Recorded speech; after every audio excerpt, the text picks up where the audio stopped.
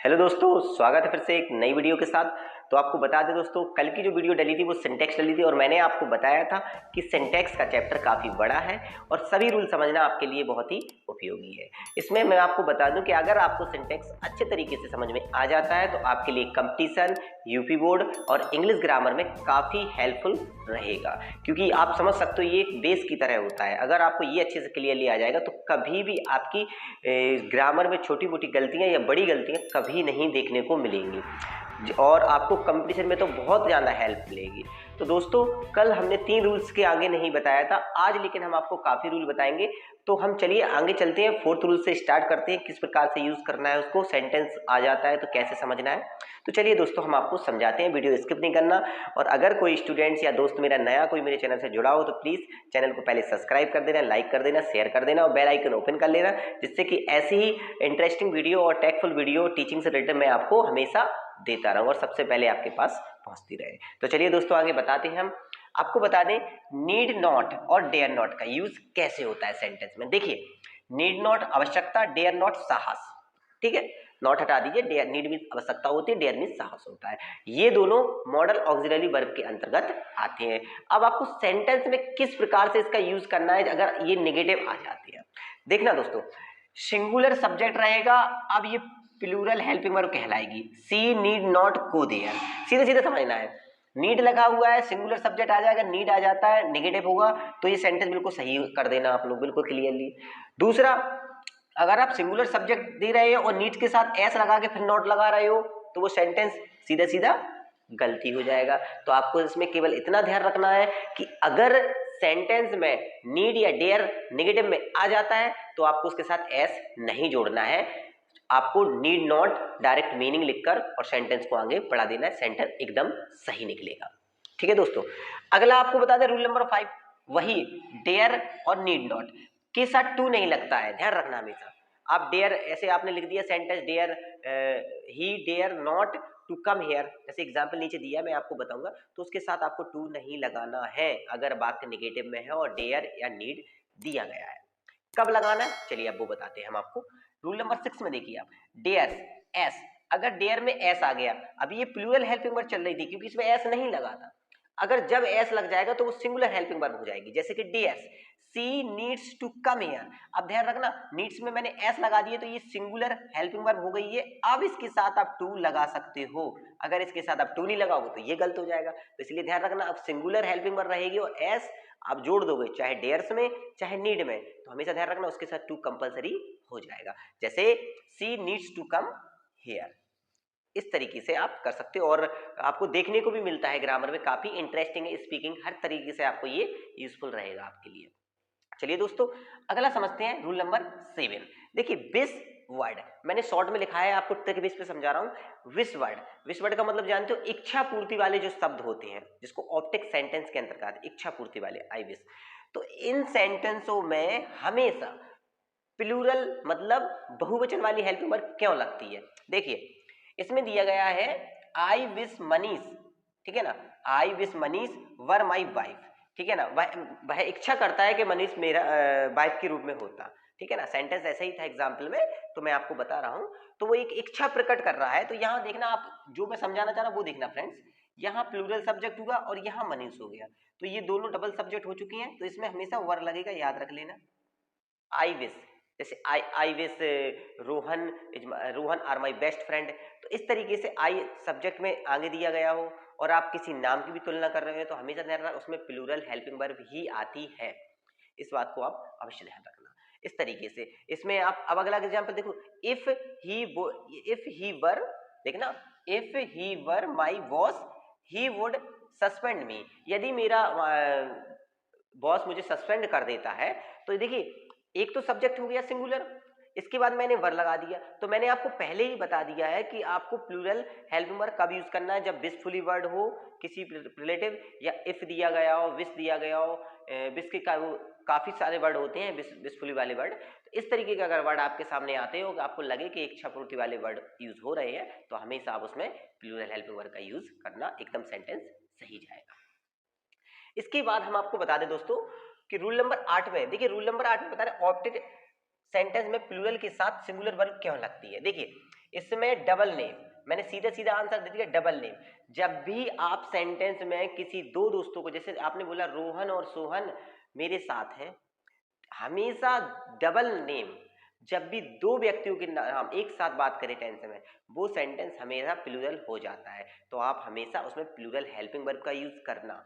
जैसे मैंने यहां रख दिया है रामू एंड अमन, ठीक है, Ramu and Aman are first friend, are first friend, घनिष्ठ मित्र है। तो इस तरीके से ये प्लूरल हेल्पिंग वर्ब को यूज करना है, इस बात को आप ध्यान नहीं भूलना। अगला बताते हैं दोस्तों, रूल नंबर 9 तो हो चुका है, अब रूल नंबर 10 देखिए, पेयर वर्ड, पेयर वर्ड और सिंगुलर। पेयर वर्ड आप जानते हैं क्या होता है? पेयर वर्ड मतलब जोड़ीदार वाले जो शब्द होते हैं। जैसे यहां पर हम बात करेंगे खाने वाली चीजों पर, जैसे दाल चावल, ठीक है ना, दाल एंड राइस होता है, इसके बाद कड़ी चावल होता है। इस तरीके के वर्ड जो कॉम्बो वर्ड होते हैं डिशेस में, तो हमेशा उसमें क्या यूज होता है? सिंगुलर हेल्पिंग वर्ब यूज होती है। देखना दोस्तों, ब्रेड एंड बटर, ठीक है ना, ब्रेड और बटर का कॉम्बो होता है, हम लोग ब्रेकफास्ट में लेते हैं, नाश्ते में। तो आपको बता दें, ब्रेड एंड बटर दोनों कॉम्बो वाली चीजें, तो आप हमेशा इसमें सिंगुलर वर्ब का यूज करना, क्योंकि जब भी पेयरफुली वर्ड यूज रहे और लगे कि ये डिसफुली चीजों में आ रहे हैं, या फिर जैसे औजारों में भी आ सकते हैं आपको, और मैंने बताया जिस कुकिंग में भी आ सकते हैं, इस तरीके के वर्ड अगर आपको कॉम्बो वर्ड समझ में आते हैं तो उसमें हमेशा सिंगुलर वर्ब का यूज करना। जिस तरीके मैंने ये बताया, bread and butter is my favourite breakfast, समझ रहे हैं दोस्तों? इस तरीके से आपको यूज करना है। अगला हम बात करते हैं रूल नंबर 11 पे। देखिए, सिंगुलर अनकाउंटेबल नाउन। सिंगुलर देखो, अनकाउंटेबल का मतलब होता है कि जिस चीज को हम गिन ना सकें और वो सिंगुलर हो, सिंगुलर होने के बावजूद भी उसको हम गिन ना सके। देखो, पानी को हम गिन नहीं सकते, दूध को हम गिन नहीं सकते हैं, आग को भी हम गिन नहीं सकते, तो ऐसे वर्ड होते हैं। तो इसका देखो combo, fire and water do not agree. अब सीधा सीधा बात करें, आग और पानी की कभी दोस्ती तो हो नहीं सकती है, आपको भी पता है। तो याद रखना, देखो, fire and water do not agree, तो याद रखना जब भी कभी अनकाउंटेबल वाली चीजों की बात की जाए और दोनों साथ में हो, तो हमेशा वो प्लूरल के अंतर्गत आती है, इस बात को ध्यान रखना। अनकाउंटेबल जैसे आग पानी हुआ, ठीक है ना, बरसात हुई, और भी कई चीजें होती हैं जिसको हम गिन नहीं सकते हैं, दूध हुआ, इस तरीके की चीजों को, जैसे दूध में पानी मिक्स करना, तो ये चीजें हमेशा प्लूरल के अंतर्गत ही आएंगी, ठीक है दोस्तों। इसके बाद बात करते हैं रूल नंबर 12 की। तो रूल नंबर 12 में बात करें पेयर वर्ड। देखिए, इसमें में ये पेयर वर्ड वाला कौन सी बात करी थी मैंने? इसमें बात करी है अनकाउंटेबल वाली चीजें जिसको हम काउंट नहीं कर सकते हैं। इसमें हमने बात करी थी डबल नाम वाली, तो मैंने इसमें बता दिया था कि आपको प्लूरल वर्ड आएगा ये कॉमन। इसमें वाला क्या था? तो इसमें कुकिंग से आप याद रखना कि कुकिंग वाली चीजों में आ जाता है, तो आप सिंगुलर वर्ड यूज करते हैं।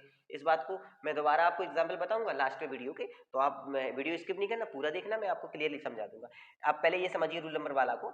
रूल नंबर 12 में क्या दिया गया है कि माई मदर एंड माई फादर, जब भी पेयरफुल वाली चीज हो और आप मैस्कुलाइन किसी जेंडर के अंतर्गत आ रही हो, ठीक है ना, लिंग के अंतर्गत, जैसे मेरे मम्मी और मेरे पिताजी, ठीक है ना, मेरे मम्मी पापा मुझ पर बहुत गर्व करते हैं, तो दोनों के लिए आप आर यूज करोगे। जैसे my mother and father are proud of me, या principal and secretary were there. देखिए, प्रिंसिपल मैंने बोला था मैस्कुलाइन वाली, अगर जेंडर की बात करी जाए या फिर किसी पोस्ट रिलेटिव दो व्यक्तियों की बात करी जाए, तो हमेशा उसमें प्लूरल हेल्पिंग वर्ब ही लगाना पड़ता है। तो दोस्तों, ये वाली चीज आई होप आप लोगों को अच्छे से समझ में आ गई होगी। और अगर आप सिंटेक्स के चैप्टर को क्लियरली, मैं पहले भी वीडियो बना चुका हूं इस पर, लेकिन अब मैंने बोला था आपको कि मैं आपको रूल्स रिलेटिव ही बनाऊंगा इस पे, जिससे कि आपको क्लियरली समझ में आता चला जाए।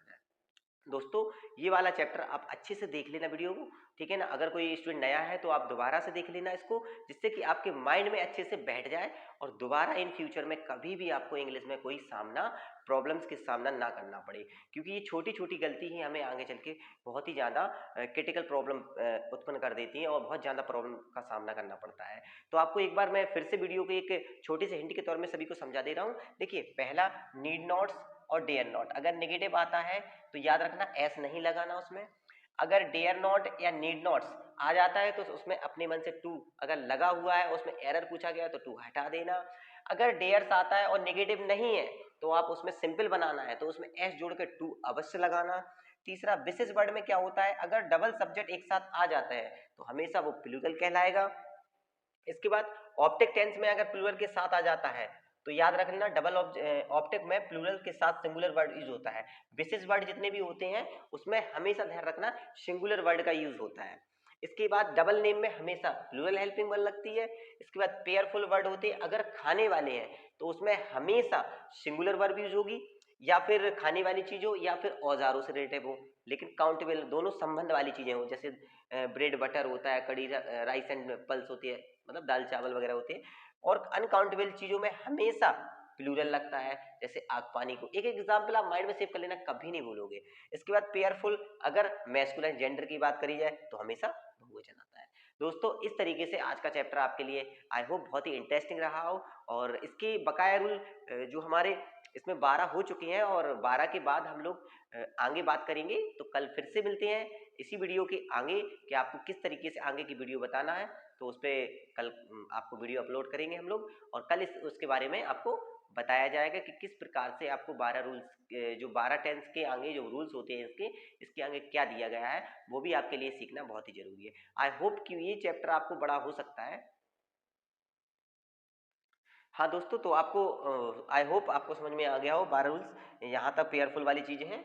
तो अगर फिर भी आपको कोई प्रॉब्लम्स होती है तो मैं हर वीडियो में बोलता हूँ कि मुझे कमेंट जरूर किया करें, मैं आपको कमेंट में ही क्लियर कर दिया करें। तो दोस्तों कल बात करेंगे, इसके 12 रूल्स हो चुके हैं, इसके आगे हम लोग कल बात करेंगे। तो आपको समझ में आ गया होगा, आई होप, आशा करता हूँ कि आपको ये चैप्टर अच्छे समझ में आ गया होगा। जो मैंने यहाँ बताया था आपको सभी का, आप लोग एग्जाम्पल ध्यान रखना माइंड में। अगर आप एग्जाम्पल अच्छे से माइंड में ध्यान रखते हो तो आप दोबारा कभी सिंटेक्स चैप्टर पे कभी भी मात नहीं खाओगे, क्योंकि सिंटेक्स एक ऐसा चैप्टर होता है जिसमें छोटी छोटी गलतियों को सुधारा जा सकता है, और छोटी छोटी गलतियों को बहुत ही अच्छे तरीके से सीखा भी जा सकता है, जिससे कि आने वाले फीचर्स में हमारे कभी गलतियां ना हो। और फिर भी अगर किसी प्रॉब्लम का आपको सामना करना पड़े तो मुझे कमेंट बॉक्स में जरूर आप बताना, मैं कमेंट बॉक्स में ही आपको उस क्वेश्चन का सॉल्यूशन दे दूंगा। और इसके जो 12 के बाद जो हमारे रूल बढ़ते हैं उस पर हम दोस्तों कल बात करेंगे, और इसी अंदाज में और सरलतम तरीके से मैं आपको कल अगले रूलिंग को बताऊंगा, जिससे कि आपको इंग्लिश कोशिश करूंगा कि आपको इतनी सरल लगने लगे कि आप लोग इंग्लिश को सबसे ज़्यादा पसंद करो। तो चलिए दोस्तों चलते हैं, तब तक के लिए सभी को नमस्कार, जय हिंद, जय भारत।